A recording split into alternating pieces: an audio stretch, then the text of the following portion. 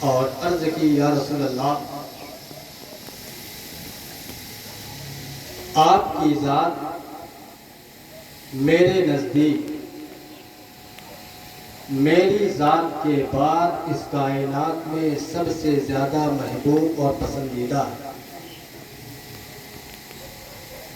یعنی اس کائنات میں اگر میں اپنے بعد کسی سے سب سے زیادہ محبت کرتا ہوں تو یا رسول اللہ وہ آپ کی ذات ہے۔ آقا نے ارشاد فرمایا، اے عمر، ابھی تمہارا ایمان مکمل نہیں ہوا۔ اور پھر آقا نے حضرت عمر پر ایک توجہ ڈالی۔ توجہ مصطفیٰ کا پڑھنا تھا کہ حضرت عمر میں ایک انقلاب برپا ہو گیا۔ عرض کرتے ہیں، یا رسول اللہ، اب آپ کی ذات میرے نزدیک میری ذات سے زیادہ محبوب اور پسندیدہ ہو گئی۔ تو جانتے ہیں آقا نے کیا فرمایا؟ ارشاد فرمایا، الآن یا عمر، اے عمر، اب تمہارا ایمان مکمل ہوا ہے اور اب تم صحیح طور پر مسلمان ہو۔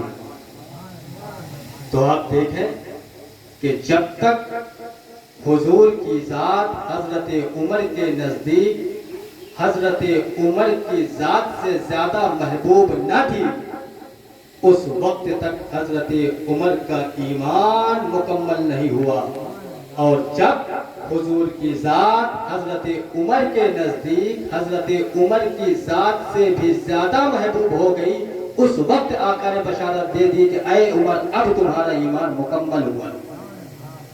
اور اسی کی تشریح اس حدیث پاک میں ہے، لا یؤمن احدکم حتی اکون احب الیہ، کہ اے لوگوں یاد رکھو کہ تم میں کوئی بھی شخص اس وقت تک مکمل مومن نہیں ہو سکتا جب تک کہ میری ذات اس کے نزدیک اس کی اولاد، اس کے والدین، یہاں تک کہ تمام لوگوں سے زیادہ محبوب اور پسندیدہ نہ ہو جائے۔ یعنی اگر میری ذات پر تمہاری اولاد کی محبت غالب ہو، اگر میری ذات پر تمہارے باپ کی محبت غالب ہو، تو یاد رکھنا تمہارا ایمان ہرگز مکمل نہیں ہو سکتا۔ یہ تو ایک تمہیدی گفتگو ہو گئی، لیکن اب سوال یہ پیدا ہوا کہ آخر کسی سے محبت ہوتی کیسے؟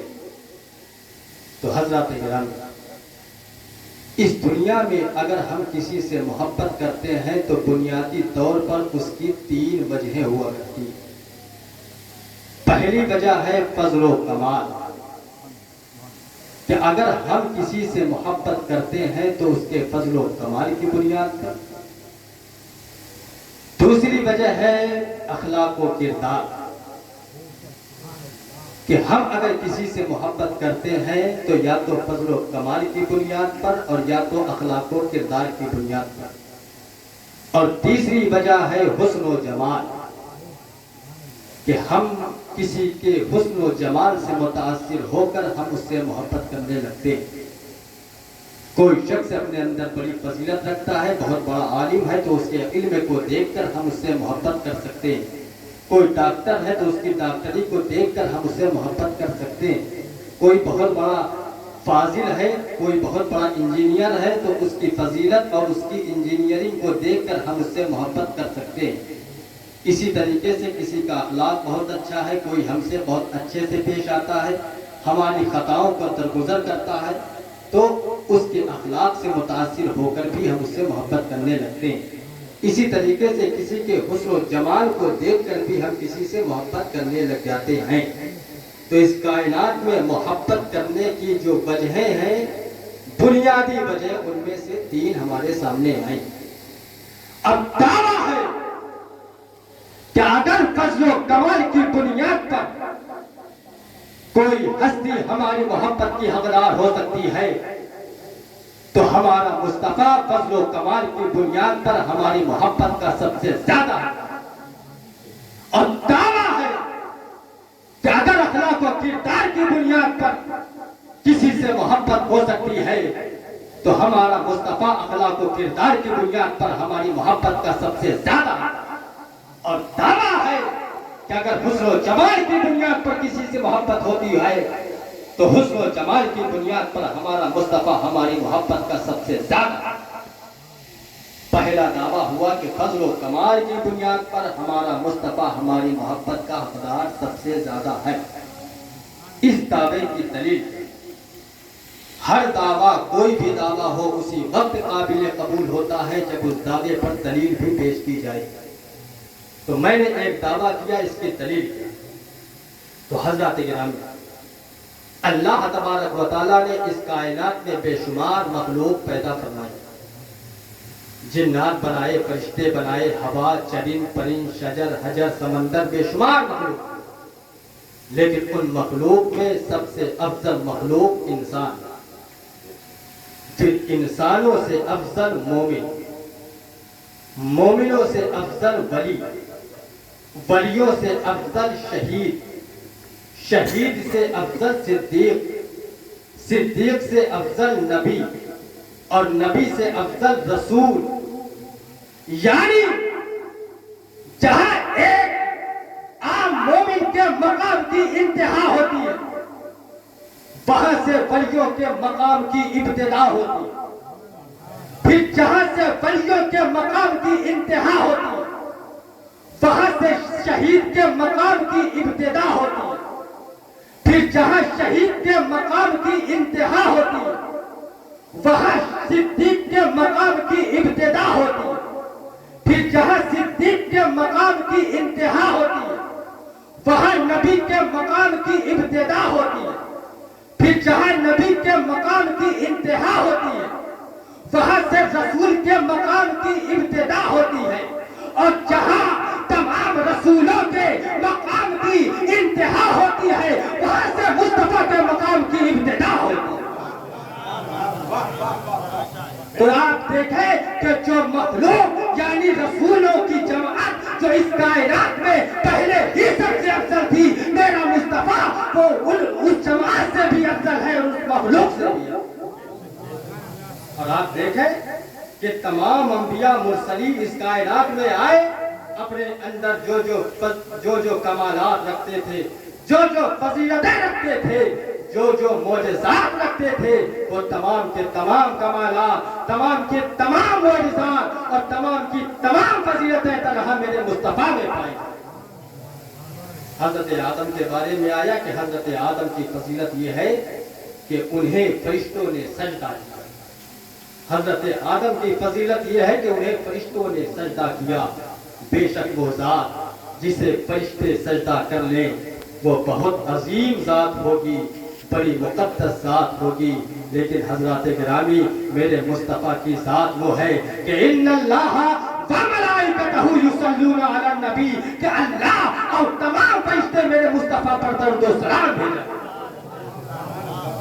سجدے کا ہونا یہ ایک فضیلت کی بات ہے، لیکن اس سے بھی بڑی فضیلت کی بات مصطفیٰ پر درود و سلام کا آنا ہے، اس لیے کہ سجدہ صرف تھوڑی دیر کے لیے تھا، پھر اس سجدے کا سلسلہ منقطع ہو گیا تھا، لیکن میرے مصطفیٰ پر درود و سلام کی کیفیت یہ ہے کہ جب سے مصطفیٰ موجود ہے تب سے درود و سلام پڑھا جا رہا ہے، اور جب تک کائنات موجود رہے گی مصطفیٰ پر درود و سلام پڑھا جا رہا ہے۔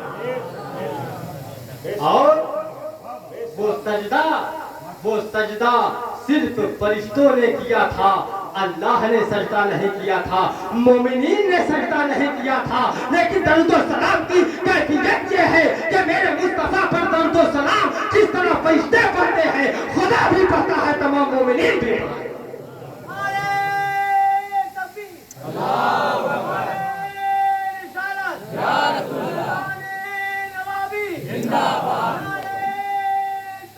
اے مصطفیٰ میں چاہتا، اے مصطفیٰ میں چاہتا تو تیرے درود و سلام کو فرشتوں کے حوالے کر دیتا، میں چاہتا تو تیرے درود و سلام کو انسانوں کے ذمہ کر دیتا، لیکن اے مصطفیٰ ایک وقت آئے گا فرشتے ختم ہو جائیں گے، ایک وقت آئے گا انسان ختم ہو جائیں گے، لیکن اے مصطفیٰ میں ہمیشہ سے تھا اور ہمیشہ رہوں گا، لہذا اس پر درود و سلام کا سلسلہ بھی شک تو آپ دیکھیں کہ بے شک حضرت آدم کو جو فضیلت حاصل تھی اس سے بھی بڑی فضیلت میرے مصطفیٰ کو.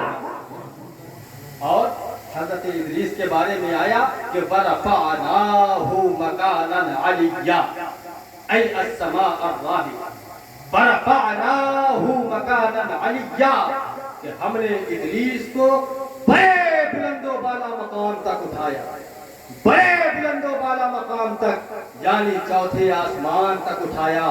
بے شک اللہ تعالیٰ جسے آسمانوں پر اٹھا لے وہ بڑی مقدس ہستی ہوگی, بڑی عظیم ذات ہوگی. لیکن ذرا آئیے میں آپ کو مصطفیٰ کی رفعت دکھاتا ہوں. میرے مصطفیٰ کے بارے میں آیا کہ دنا فتدلّا فکان قاب قوسین او ادنیٰ.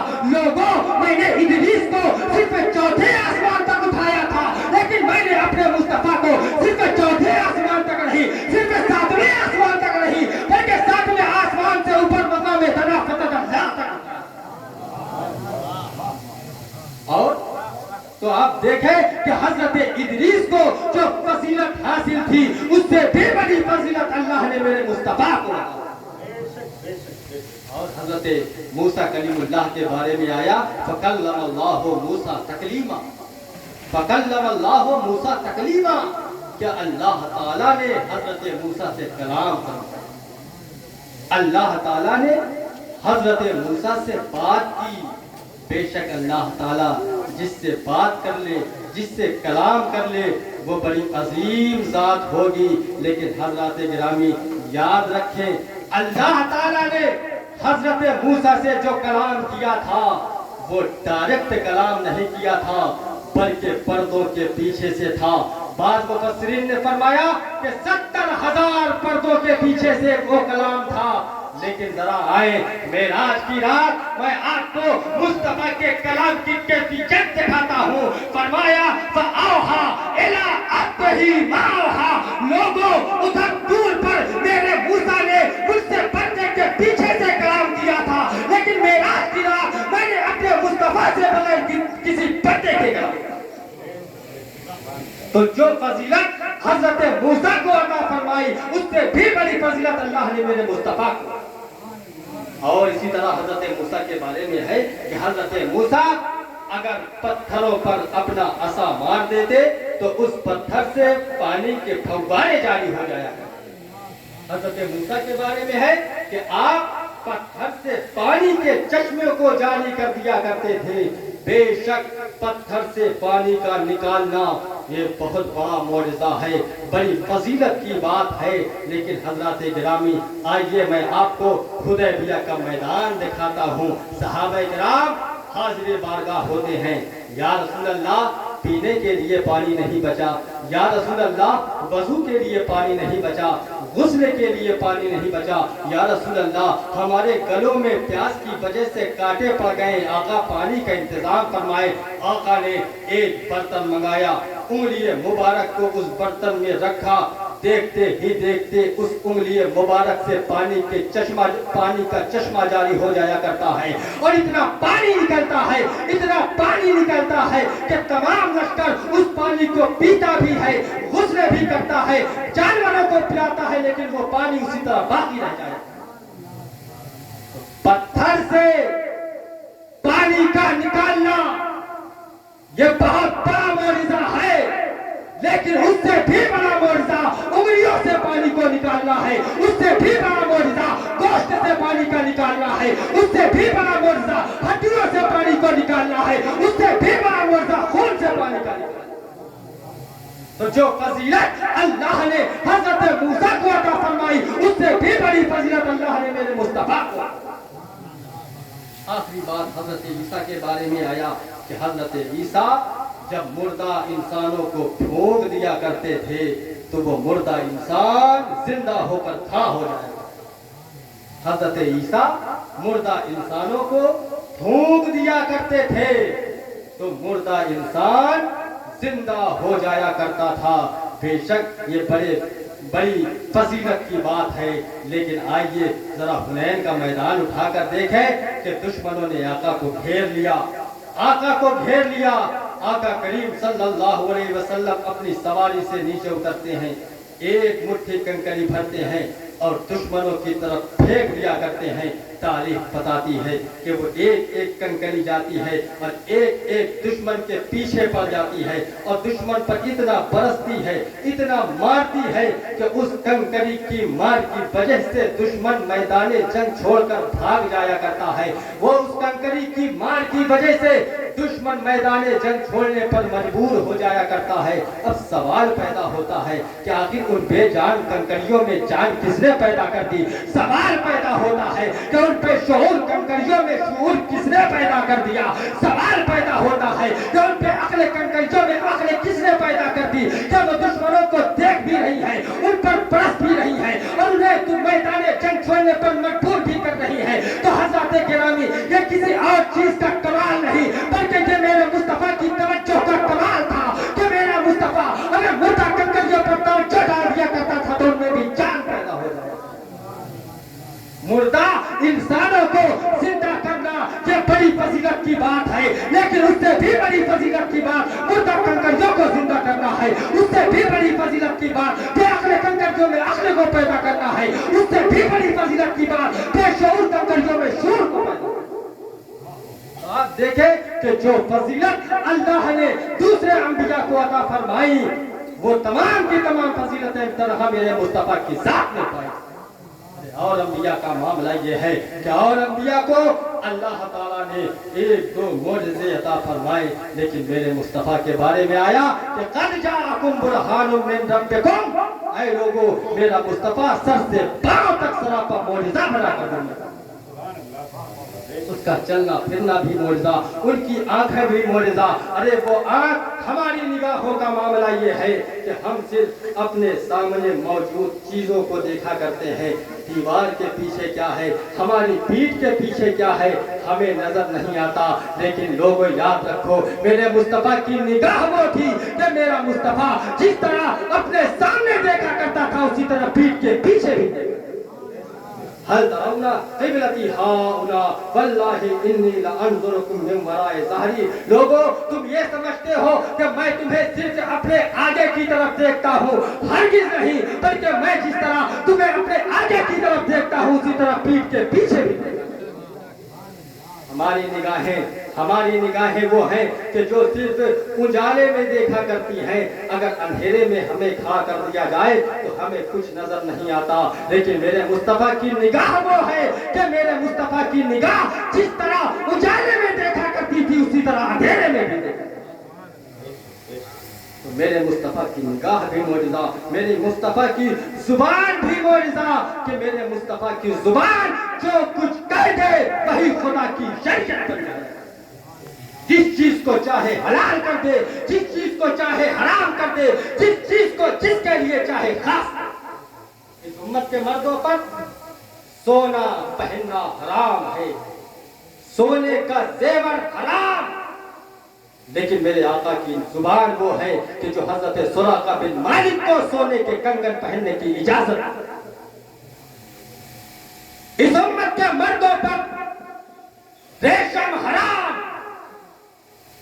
لیکن میرے مصطفیٰ کی زبان وہ ہے کہ میرا مصطفیٰ حضرت زبیر بن عوام کو ریشم کے کپڑے پہننے کی اجازت۔ اسی لیے قرآن پاک میں فرمایا وَيُحِلُّ لَهُمُ الطَّيِّبَاتِ وَيُحَرِّمُ عَلَيْهِمُ الْخَبَائِثَ، میرا مصطفیٰ وہ ہے جو اچھی چیزوں کو ان کے لیے حلال کرتا ہے اور بری چیزوں کو حرام کرتا ہے، اچھی چیزوں کو حلال کرتا ہے، بری چیزوں کو حرام کرتا ہے۔ کون؟ میرا مصطفیٰ۔ اچھی چیزوں کو حلال، بری چیزوں کو حرام۔ قرآن نے ضابطہ دے دیا کہ لوگوں اگر تمہیں کسی چیز کی حلت و حرمت کو معلوم کرنا ہو، اگر تمہیں کسی چیز کے حلال و حرام ہونے کو معلوم کرنا ہو تو یہ مت دیکھو کہ وہ چیزیں اچھی ہیں یا بری ہیں، بلکہ زبان مصطفیٰ کو دیکھا کرو، اس لیے کہ چیزیں لاکھ اچھی ہوتی پھرے، اگر میرا مصطفیٰ کہہ دے کہ یہ چیز حرام ہے تو اسے کوئی حلال نہیں۔ میرا مصطفیٰ جس چیز کو کہہ دے کہ یہ حلال ہے اسے کوئی حرام نہیں کر سکتا، جس چیز کو چاہے کہ یہ حرام ہے اسے کوئی حلال نہیں۔ تو مصطفیٰ کی زبان بھی معجزہ، مصطفیٰ کے ہاتھ بھی معجزہ، میرے مصطفیٰ کے قدم بھی معجزہ، کہ وہ قدم جس سرزمین سے لگ جایا کرتے ہیں خدا اس سرزمین کی قسم یاد فرمایا کرتا لا اقسم بهذا البلد وانت حل بهذا البلد، اے مصطفیٰ مجھے قسم ہے شہر مکہ کی، لیکن اے مصطفیٰ اس وجہ سے نہیں کہ یہاں کعبہ ہے، اس وجہ سے نہیں کہ یہاں صفا مروہ کی پہاڑیاں ہیں، اس وجہ سے نہیں کہ یہاں مقام ابراہیم ہے، بلکہ وانت حل بهذا البلد، مصطفیٰ مجھے قسم ہے شہر مکہ کی، اس لیے کہ یہ شہر مکہ تیرے قدموں کا بوسہ ہے۔ انتا کہ میرے مصطفیٰ کی قدم بھی معجزہ، میرے مصطفیٰ کے ہاتھ بھی معجزہ، میرے مصطفیٰ کی نگاہ بھی معجزہ، ارے میرے تمام انبیاء اپنے اندر جو فضیلتیں، جو کمالات، جو معجزے رکھتے تھے وہ تمام کی تمام فضیلتیں، تمام کے تمام کمالات طرح میرے مصطفیٰ کی ذات میں پائے جاتے ہیں۔ تو اگر فضل و کمال کی بنیاد پر اس کائنات میں کوئی ہماری محبت کا حقدار ہو سکتا ہے تو دعویٰ ہے کہ میرا مصطفیٰ فضل و کمال کی بنیاد پر ہماری محبت کا سب سے زیادہ۔ بڑے مختصر سے وقت میں دوسری چیز اخلاق و کردار، کہ اخلاق و کردار کی بنیاد پر ہمارا مصطفیٰ ہماری محبت کا حقدار کیسے ہے۔ تو حضرات گرامی آج ہمارا کردار یہ ہے کہ اگر کوئی ہمیں ایک گالی دیتا ہے تو ہم اسے بدلے میں 10 گالیاں دینے کی کوشش کرتے ہیں، کوئی ایک پتھر مارتا ہے تو ہم اس پر 10 پتھر برسانے کی کوشش کرتے ہیں۔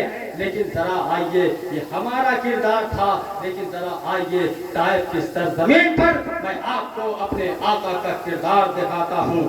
طائف کی سرزمین پر اللہ کا حبیب ستایا جا رہا تھا، اس کے جسم پر 1-2 پتھر نہیں برس رہے تھے، 10-20 پتھر نہیں برس رہے تھے، بلکہ پتھروں کی بارشیں ہو رہی تھی، پہاڑوں کا فرشتہ سامنے آتا ہے، یا رسول اللہ اگر حکم دے تو 2 پہاڑوں کے درمیان میں داب کر ان طائف والوں کو مار کر رکھ دیا جائے۔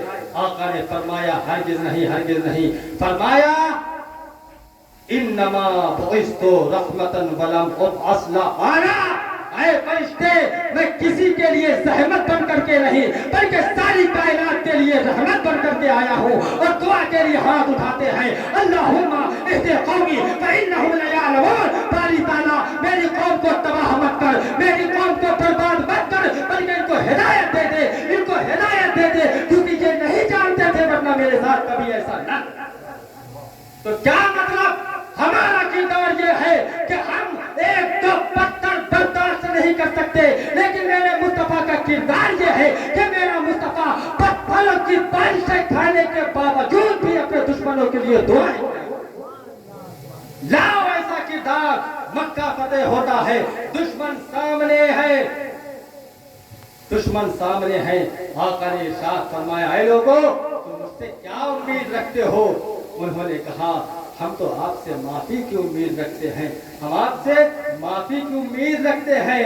آقا نے فرمایا اگر تم مجھ سے معافی کی امید رکھتے ہو فَلَا تَصْرِيبَ عَلَيْكُمُ الْيَوْمَ فَأَنْتُمُ الطُّلَقَاءُ، اے لوگو اگر تم مجھ سے معافی کی امید رکھتے ہو تو جاؤ میں نے سب کو معاف کر۔ یہ کون مکہ والے ہیں؟ یہ وہی مکہ والے ہیں جنہوں نے 13 سال تک اللہ کے حبیب کو ستایا تھا، یہ وہی مکہ والے ہیں جنہوں نے 13 سال تک اللہ کے حبیب پر ظلم و ستم کے پہاڑ توڑے تھے، یہ وہی مکہ والے ہیں جنہوں نے 13 سال تک اللہ کے حبیب کے غلاموں پر، اللہ کے حبیب کے غلاموں پر ظلم و ستم کے پہاڑ توڑے تھے، لیکن اللہ کا حبیب جب ان پر قابو پا رہا ہے تو کسی سے بدلہ نہیں لیا کرتا ہے بلکہ سب کو معاف کرتا چلا جاتا ہے۔ تو اگر اخلاق و کردار کی بنیاد پر کوئی ہستی ہماری محبت کی حقدار ہو سکتی ہے تو دعویٰ ہے کہ اس کائنات میں میرا مصطفیٰ اخلاق و کردار کی بنیاد پر ہماری محبت کا سب سے زیادہ۔ تیسری بات حسن و جمال، حسن و جمال کی بنیاد پر ہمارا مصطفیٰ ہماری محبت کا سب سے زیادہ حقدار کیسے ہے؟ حضرت گرامی ترمذی کی روایت ہے، حضرت جابر سے فرماتے ہیں کہ ایک رات 14ویں کا چاند نکلا ہوا تھا، اللہ کے حبیب میدان میں تشریف فرما تھے، میں بھی اللہ کے حبیب کے ساتھ موجود تھا۔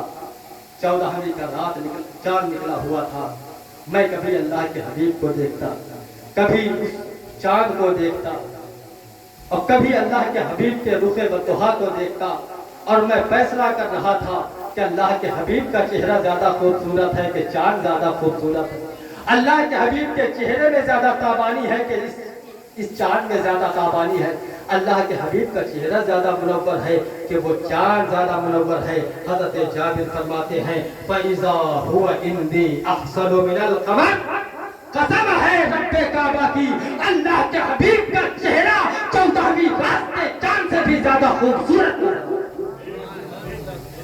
حضرت یوسف علیہ السلام کو نصف حسن عطا کیا گیا تھا، آدھا حسن ساری کائنات میں بکھیر دیا گیا، اور آدھا حسن حضرت یوسف کو عطا کیا، اور حضرت یوسف کا حسن یہ ہے کہ اس حسن کو دیکھ کر مصر کی عورتوں نے انگلیاں کاٹ لی تھی۔ حضرت گرامی، یہ حضرت یوسف کا حسن تھا، لیکن اور حضرت عائشہ فرماتی ہیں لوگوں یاد رکھو، مصر کی سرزمین پر حسن یوسفی کو دیکھ کر مصر کی عورتوں نے اپنی انگلیاں کاٹ لی تھی، لیکن قسم ہے اگر وہ میرے مصطفیٰ کا حسن دیکھ لیتی تو اپنی انگلیاں نہیں بلکہ اپنی گردنیں کٹانے پر مجبور۔ اگر اس کائنات میں حسن و جمال کی بنیاد پر، خوبصورتی کی بنیاد پر کوئی ذات ہماری محبت کی حقدار ہو سکتی ہے تو دعویٰ ہے کہ میرا مصطفیٰ ہماری محبت کا سب سے زیادہ۔ حسن یوسف دم عیسیٰ ید بیضا داری، آج خوبا ہما دارند تو تنہا داری۔ یا رسول اللہ، حضرت یوسف کا حسن بھی آپ کے پاس ہے، حضرت عیسیٰ کی پھونک بھی آپ کے پاس ہے، اور حضرت موسیٰ کا چمکتا ہوا ہاتھ بھی آپ کے پاس ہے۔ حضرت موسیٰ کو اللہ نے ایک چمکتا ہوا ہاتھ عطا فرمایا تھا، لیکن یا رسول اللہ آپ کی ذات وہ ہے کہ آپ کی ذات کو اللہ نے سر سے پاؤں تک سراپا نور بنا کر کے دنیا میں بھیجا۔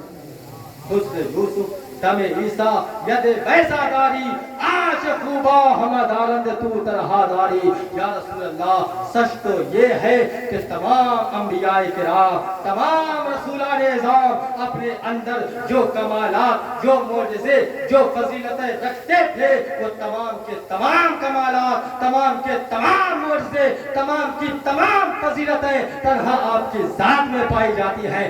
اور انبیاء کا معاملہ یہ ہے کہ انہیں ایک دو معجزے عطا کیے گئے، 10-20 معجزے عطا کیے گئے۔ یا رسول اللہ، آپ کی ذات وہ ہے کہ آپ کا چلنا پھرنا بھی معجزہ ہے، آپ کا اٹھنا بیٹھنا بھی معجزہ ہے، آپ کا سونا جاگنا بھی معجزہ ہے، آپ گھر میں بستر پر ہو تب بھی معجزہ، آپ میدان جنگ میں تلوار لے کر لڑ رہے ہو تب بھی۔